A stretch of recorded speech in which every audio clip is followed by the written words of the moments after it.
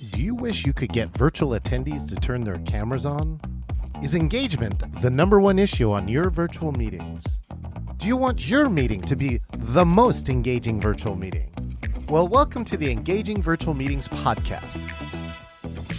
In this podcast, we'll talk to the top people around the world in virtual meetings and give you, the listener, the best ideas to host engaging virtual meetings.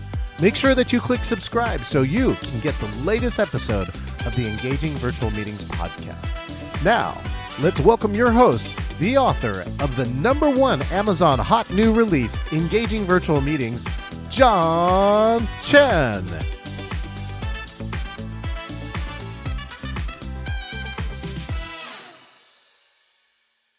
All right, welcome to another episode of the Engaging Virtual Meetings podcast. Happy New Year. Can't believe it's 2025. I hope you all had a great holiday season. Today, calling in from the beautiful town of Renton, Washington, here in near Seattle, lining up for a program that's coming up next week. So, speaking of programs coming up next week, this gentleman and I had one of the greatest karaoke adventures of all time. And so we'll get a chance now to meet the man behind the karaoke. This gentleman's a trained engineer. He's a former healthcare executive, startup investor, co-founder of a company called BetterCulture, a prominent leadership development and consulting firm with clients spanning from entrepreneurial startups to Fortune 500s. He's an international speaker, and he's one of the 400, just like me, certified speaking professionals. And he focuses on providing practical and actionable advice on leadership. He lives in Omaha, and he has an amazing wife and 3 delightfully spunky children. Please, let's welcome Brett Hoogeveen. Awesome. Thanks, John. That was fun. Nice job. Love it. Oh my gosh, Brett, good morning. How are you doing this beautiful morning? I am doing wonderful here in Omaha.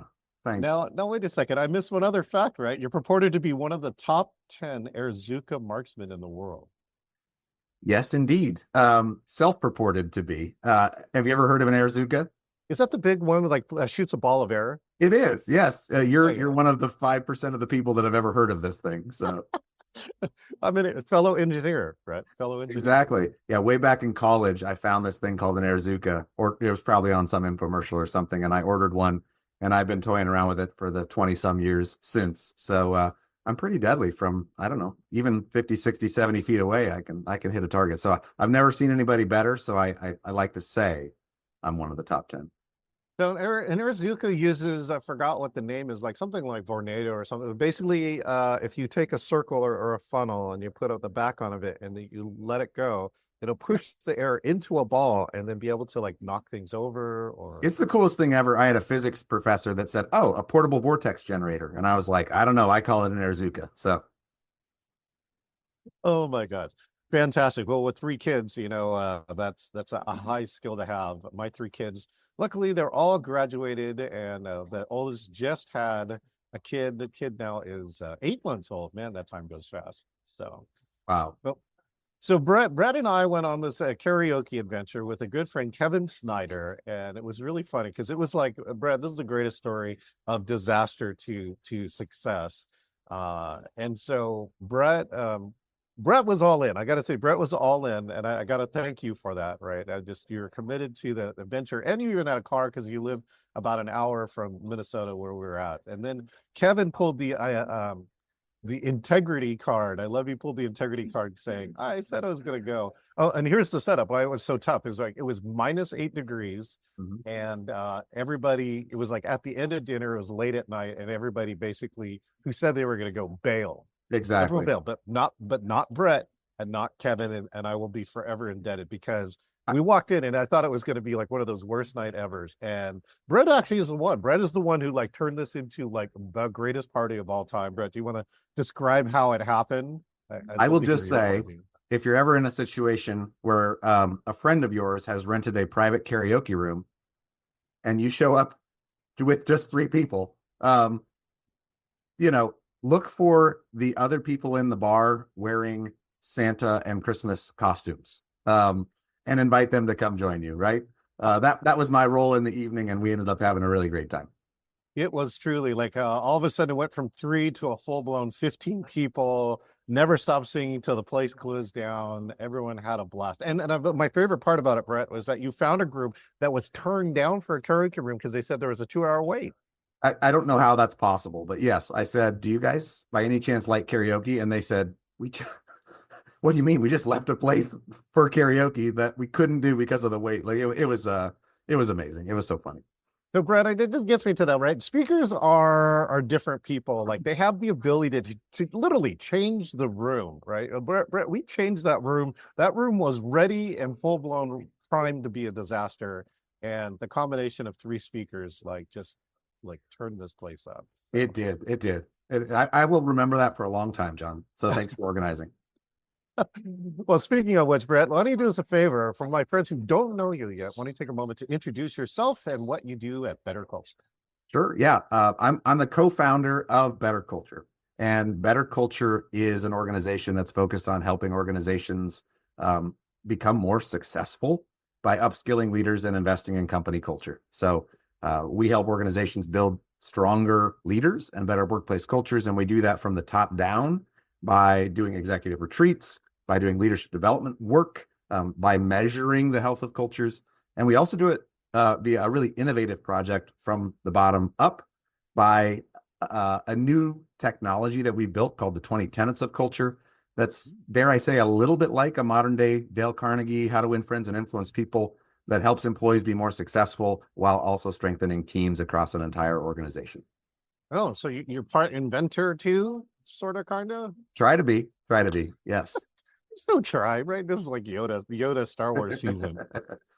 Brett's doing it. And so, well, I'm really interested, Brett, is how did you get into this? Like, were you doing something before, or did you progress into this? How did you get into BetterCulture?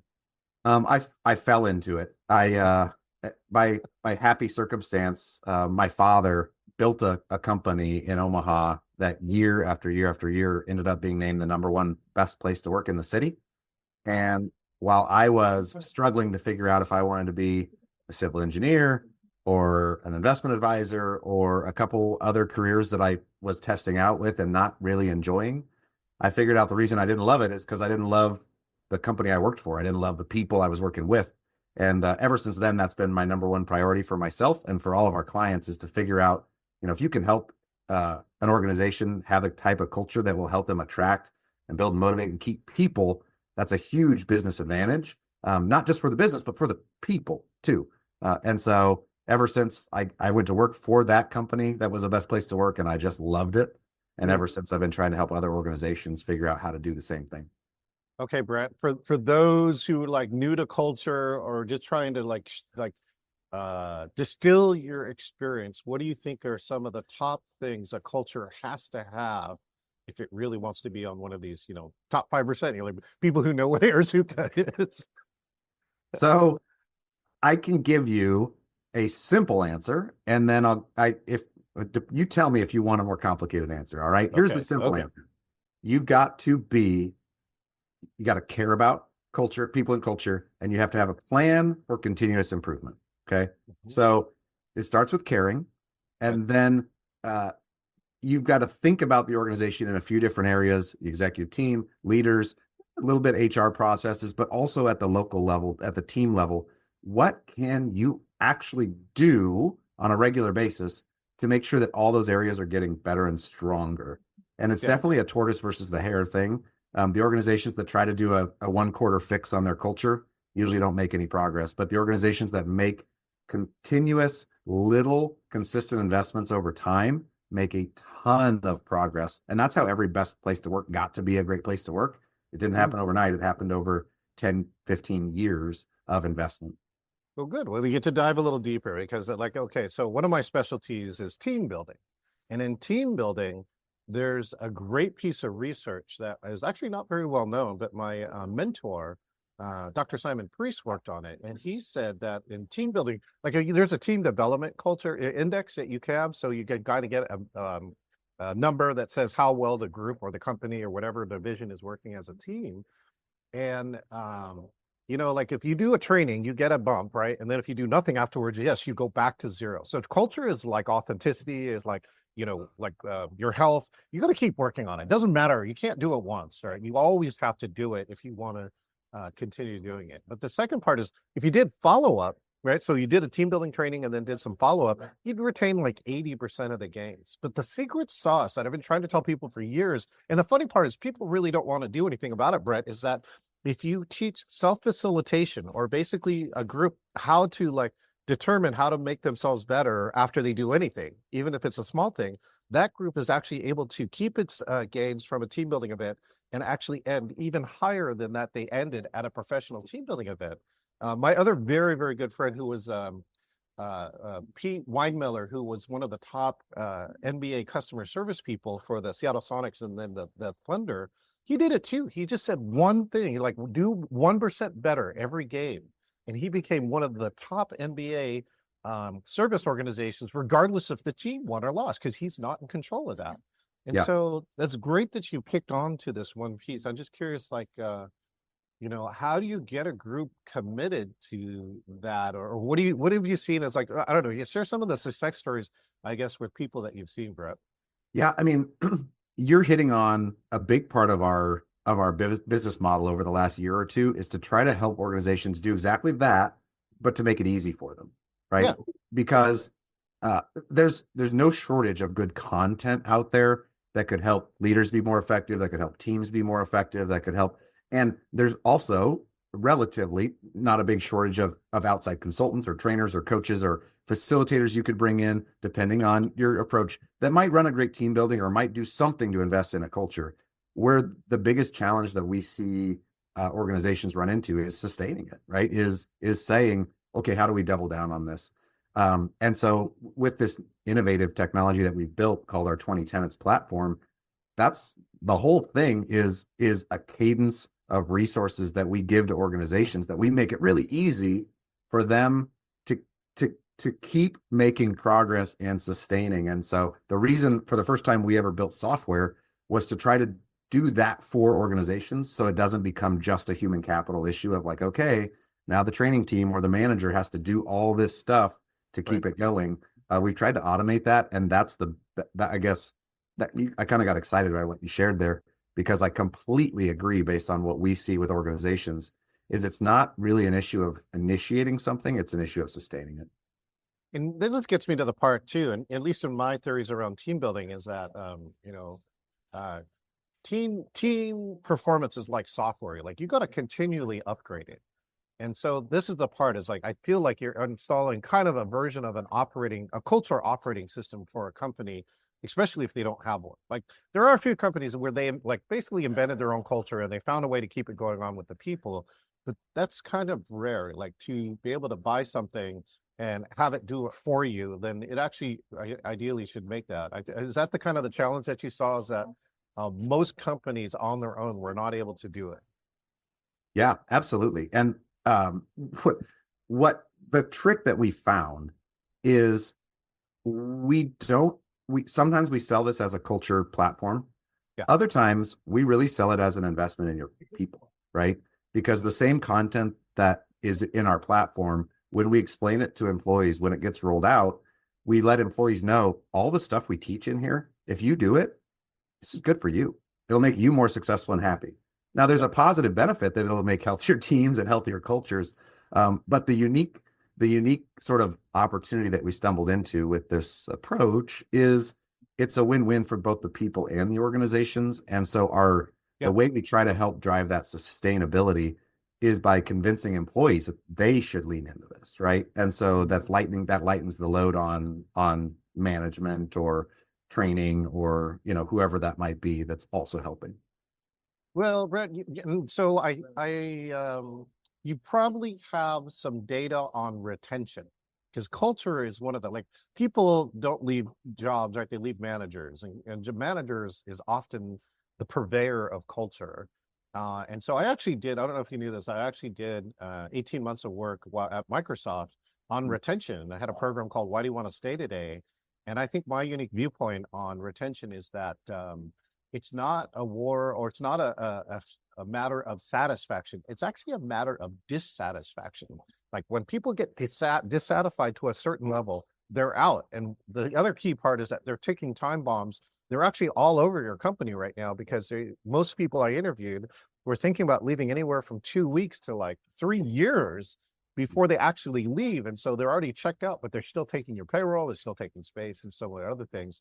I'm curious if you have any insights on retention regarding culture. Yeah. Anecdotally, my perspective is, so I'm not going to cite a source on this, although, you know, obviously big companies like Gallup have lots of data and we have some data in our own surveys, but I'll boil that down. Anecdotally, my experience is maybe 5 to 10% of employees have worked somewhere that was so darn good that they wouldn't work anywhere that didn't have a great culture, right? I'm in that bucket, right? Like I would not go take an okay job really. Or a job where I had to put up with a bunch of stuff I didn't enjoy, because I've worked at several amazing places. That's top of my list if I go take a job now. And I'd take a 10 or 20% pay cut to work at a great place. So that's how valuable it is to me. But there's probably 30, 40, 50% of employees who have had those really terrible experiences, the dissatisfying experiences. And so I do think turnover is, I think you're right, is more responsible to really bad outcomes and bad experiences than it is to a lack of a great one.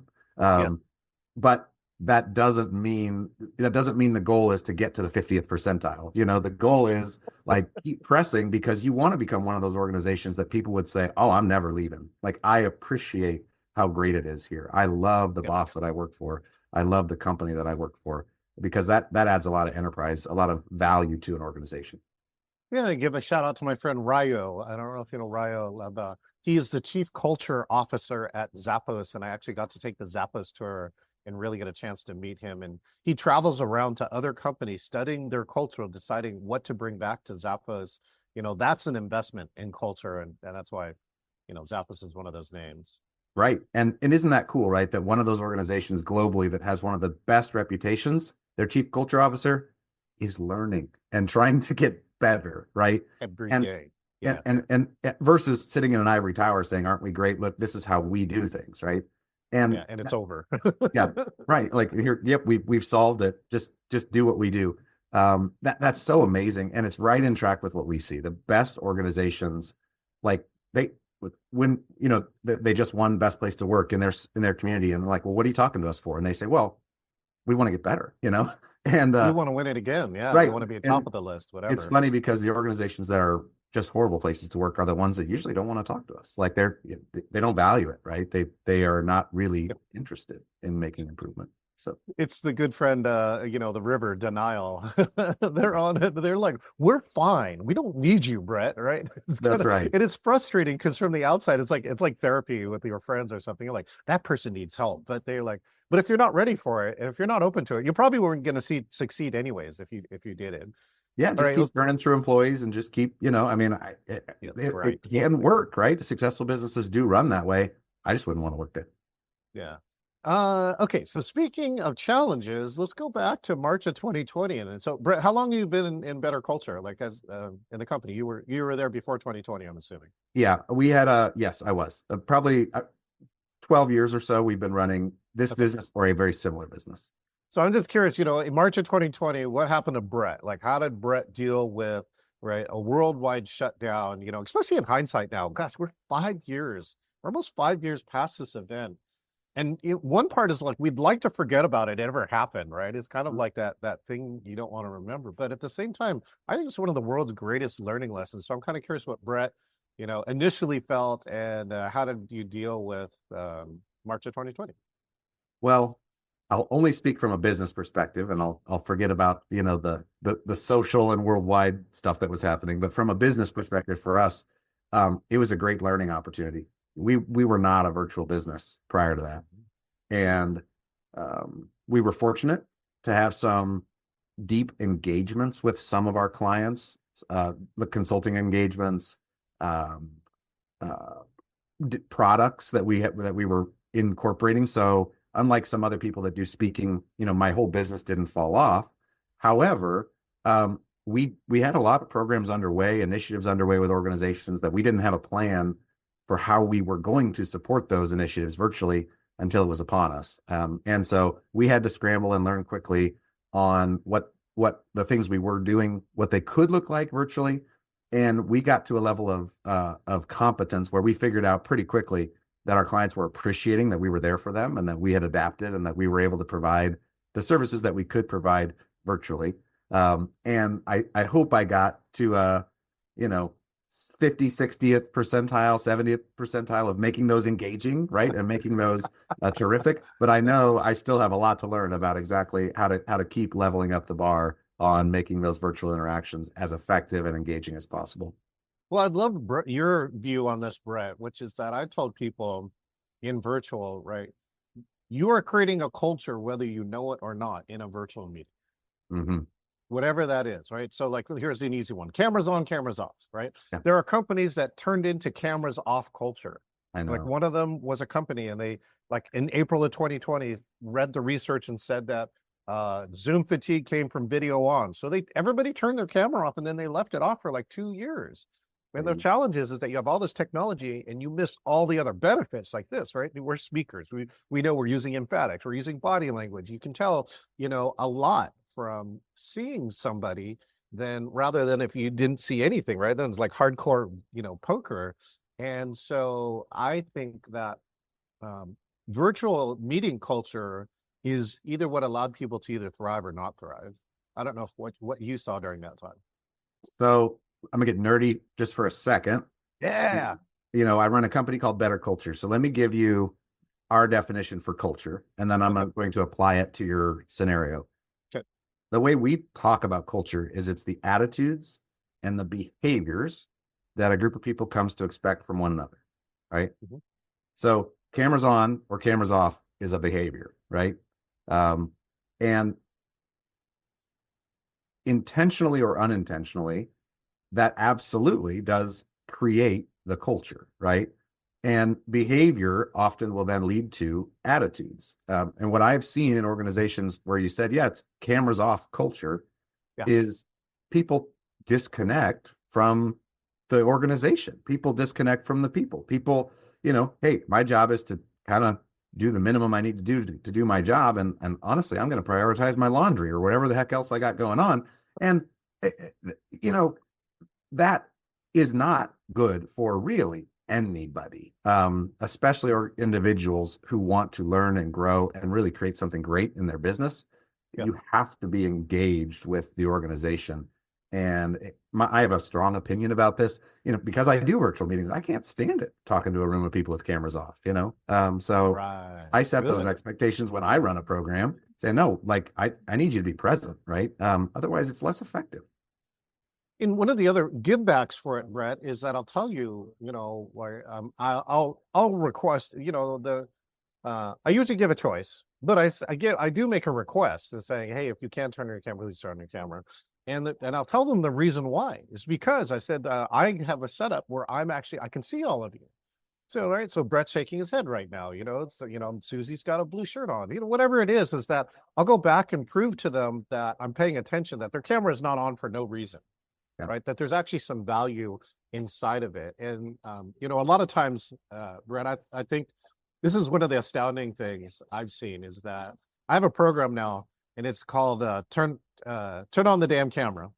And the funniest part, Brett, is that that's actually the worst way to get people to turn on the cameras, to go yell at them, right? Oh, come on, turn on your camera, right? Which is like, it's the worst thing to do. But the goal of the program is that I have been able to get everybody in a meeting to turn on the camera without asking them. Yeah. And I think to me that that's the culture. The culture, they discover that I'm running the meeting in such a way that they themselves decide that they will get more value if they turn the camera on than if they don't. Yep.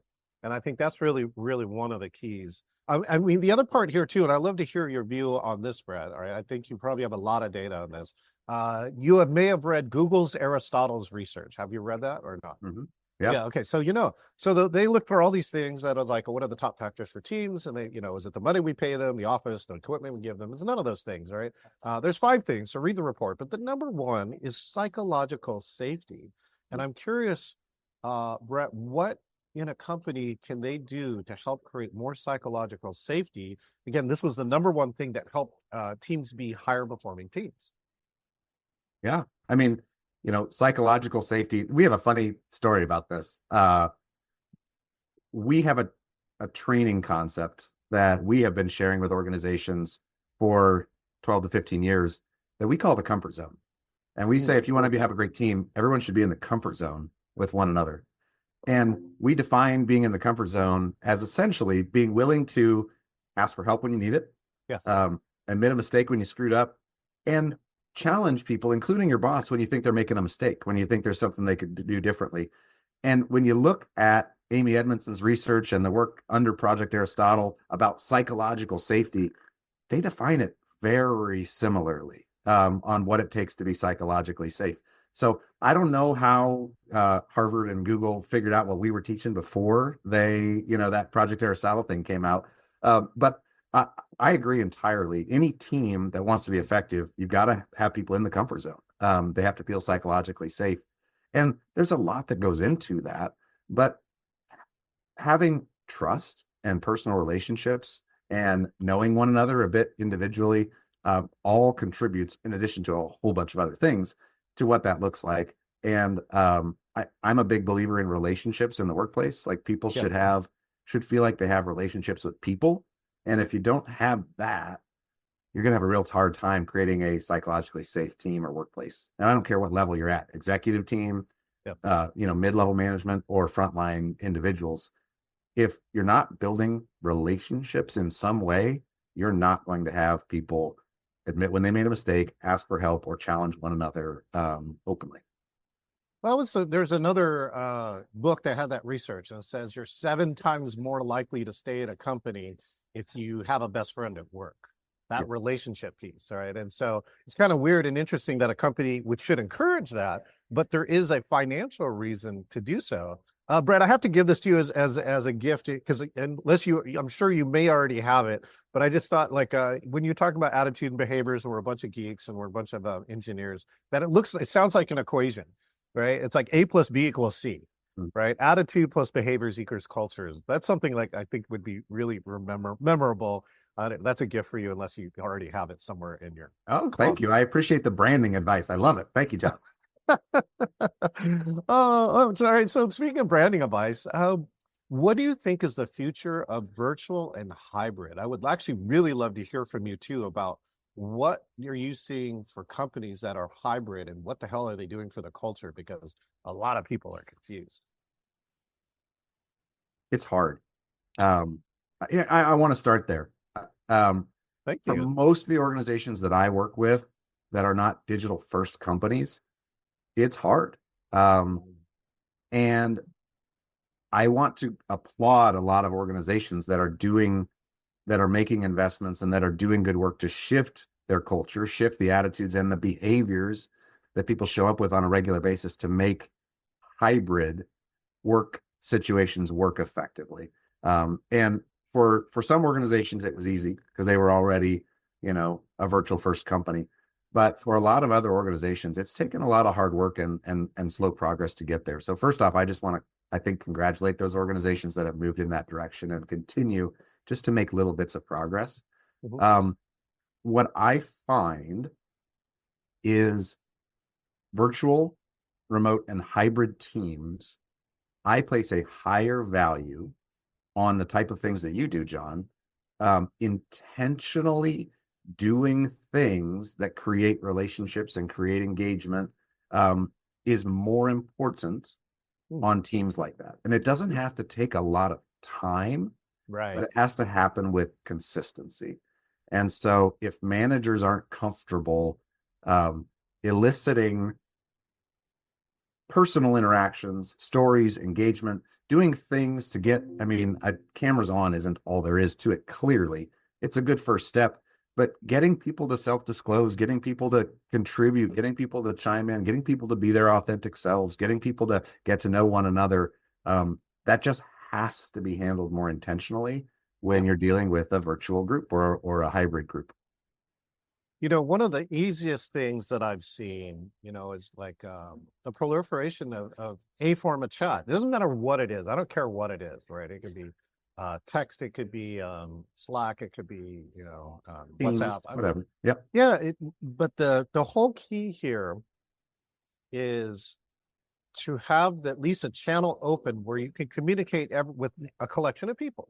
So here, I'll give you my example. I'm currently president for NSA Northwest, and we have a 10-person board. And I actually created for our board retreat a 10-person WhatsApp group. And actually, the beginning of it was just for the logistics, like we actually had our retreat on a boat. It was really cool. We had a board member who gave up a boat. And so, everyone was lost when they getting there, like, oh, you got to park here and you got to, and so we started with that. But the cool part is that this group is still going, Brett. That people are still they were all wishing each other Happy New Year's. They were, actually, one of our board members is a very prolific ink writer, the magazine Ink. Yeah. And every year she writes this one article about why to theme your year with one word. And it kind of catches fire that a lot of people are actually doing this exercise. And so she's able to put it in the WhatsApp group. Anyways, these are all things that have allowed this board to grow closer together than it was, I think, in maybe some of the previous years, just because we're still communicating with each other all the time. So we're keeping up with each other. And all those things are like digital parts of building relationship until whatever, opportunity we have to be, in person and have it all, experience all together. So yeah, it's awesome. And the word that comes to mind is community. Yes.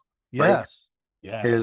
Are you creating a community, right? Do people feel like they belong? Do they feel like they know other people? Yeah. Right. And this is not a digital concept. It's just a human concept, right? I mean, the people in life, if you look at older age individuals, people who are retired, people, if you ask people what was most important or meaningful to them in life, it's people and relationships. It's community, right? It's, the loneliness epidemic in the United States, et cetera.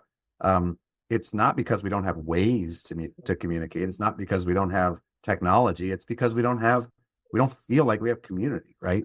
And it's very similar to how an employee will feel that's on your team that works remote or in person. If they don't feel like they're a part of a community that values them and that knows them, they're going to be disconnected, disengaged, and at least open to looking for a new job, if not actively looking for a new job. And so doing things like a chat group, like a Slack or Teams or whatever, to just generate that base of community, asynchronous communication is awesome. How amazing it would be to have a company whose biggest mission in life is to solve the loneliness epidemic, at least within their company. Right, Brett. I'm just curious. You have what's the best example of community? You don't have to mention company names, but I'm just curious. What's the best example of community that you think you could share from your experiences? Take your time. Best example is hard for me to come up with immediately. I have some that come up in person, like a few of our clients that they're healthcare, right? They're all in person, but they do an exceptional amount of work to make people feel welcome, to make people be connected. Communication, celebration, just an unbelievable amount of encouragement and positivity to help boost people and lift people up. I know that's not a very specific example, but one of our best clients ever. I mean, the amount of stuff that everybody in the organization thinks about actively doing to make it upbeat and positive and to celebrate people and to lift people up and to recognize people and to do cross-team recognition. One of the best clients I've ever worked with, they have departments that just spontaneously created their own recognition awards that they give to other people across the organization, right? So they said, oh, that's cool. Let's go beyond a centralized recognition. Like, who says, HR has to decide who gets recognized or appreciated? Like, we're just going to create our own awards and we're going to give them out on our own schedule. And we're going to bust into people's meetings and flap our arms around and give them an Owlie award, which means, oh, we love you. And it comes with a pin in it. And this type of stuff just proliferated across this organization. And guess what? People feel recognized and seen and Yes. appreciated, and they Yes. smile, and they know one another, and they know people in other departments, and they know that their efforts are appreciated on that team. And it builds community, right? And so simple examples, and those aren't simple, I shouldn't say simple, but examples like that Yep. come to mind very much so. And then I've got other organizations where like people would never want to do that, but like they have a super active Slack channel, and an engineering, software engineering company, and like Right. they have a great culture, and it's digital. It's a lot digital, but it's still great. But I don't know. Those are the examples that come up.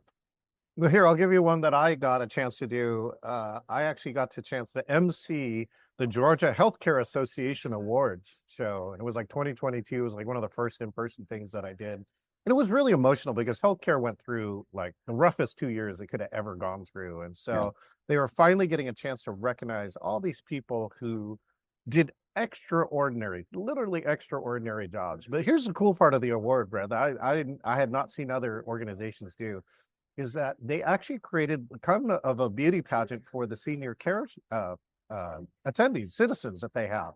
And so one of them actually wins a prize, and they actually then make a dream come true. Like hers was like Atlanta Braves baseball. The Atlanta Braves mascot came out, and she actually won a suite at a game that she could attend with a bunch of her friends, and all that stuff. It was just like one of the coolest pieces of acknowledgement that they were acknowledging to, of course, the people who were all paying them. It's something that they've had for tradition for over 40 years, and it's really something that warms everybody's heart. It reminds them why they do the work they do. It's not about them. It's about, all the senior care people that they take care of. All right. Well, speaking of that, then what do you think is the future of virtual or hybrid going forward? And what's the future of culture maybe going forward in the next 5 or 10 years? I don't know if this is a answer you're gonna love, John, but like I don't think it's gonna change that much. I think the technology will keep evolving a little bit, I suppose, but humans are humans and people are people, and there are certain things that if you can do them, you'll have a great culture. If people are proud of the company that they work for and the people they work with, you'll have a healthy team and culture. If people feel appreciated for the work that they do, you'll have a healthy team and culture. If people feel like they're growing as a result of being a part of this organization, they're personally becoming more successful, happy, developing, then you're going to have an engaged team. If you protect the right of a good team member to work with other good team members, like if you'll deal with people that are tearing down the culture, that's going to matter, right? And so we founded our company on certain leadership principles, some of which I just mentioned a little bit there. And those principles were created over 30 years ago. And when we rebranded into BetterCulture a few years back, we said, do we need to adjust anything post-COVID, hybrid? We talked to all of our clients. We looked at all the research, and we didn't change a word about what we tell leaders matters if you want to build a great culture, because it's really about how people feel.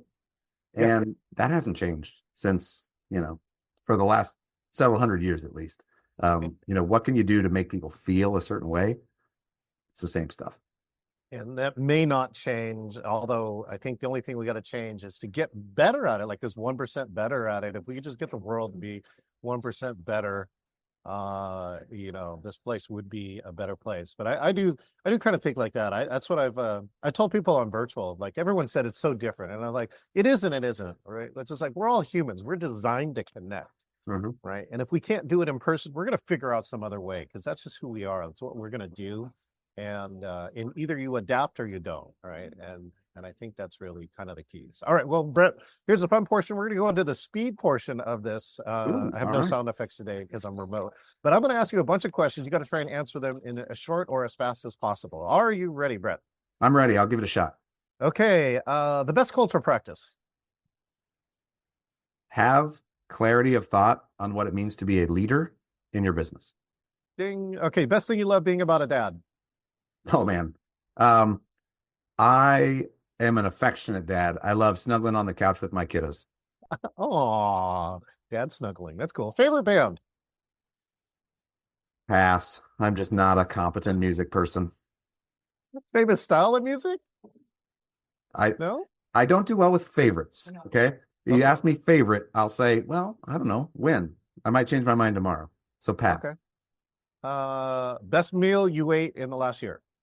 See, this is a favorite question. Best in the last year. Oh, I didn't use the word favorite. I have an answer for this one. I was in Buffalo, New York. Interesting, right? And I said to myself, I've got to have the best buffalo wing in Buffalo. I found a fantastic wing, and I was introduced to the beef on weck sandwich. And so the combination of that sandwich with those wings was amazing. Loved it. Oh, genius. All right. Final question. The culture you respect the most besides your own? I'm going to say where this all got started, there's a company in Omaha called QLI. And it was the company that my dad founded many years ago.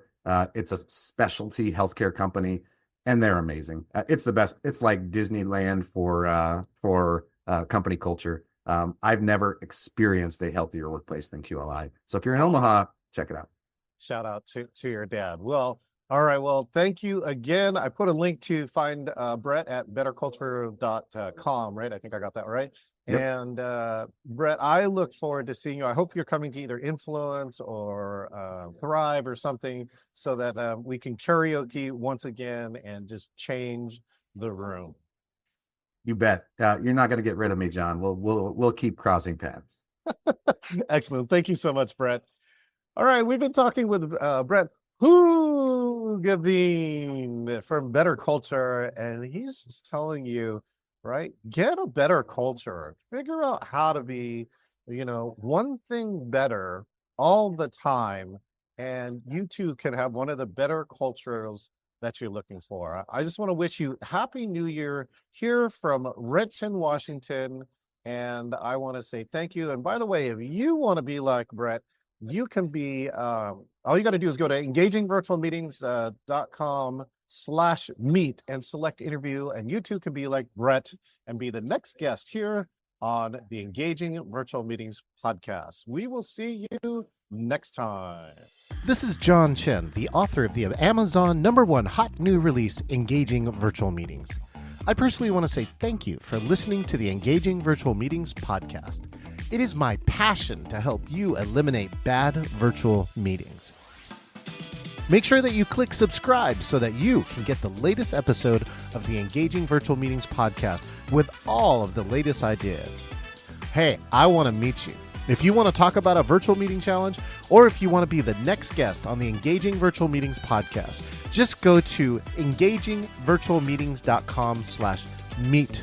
That's engagingvirtualmeetings.com/meet, MEET, and find your best time to meet up.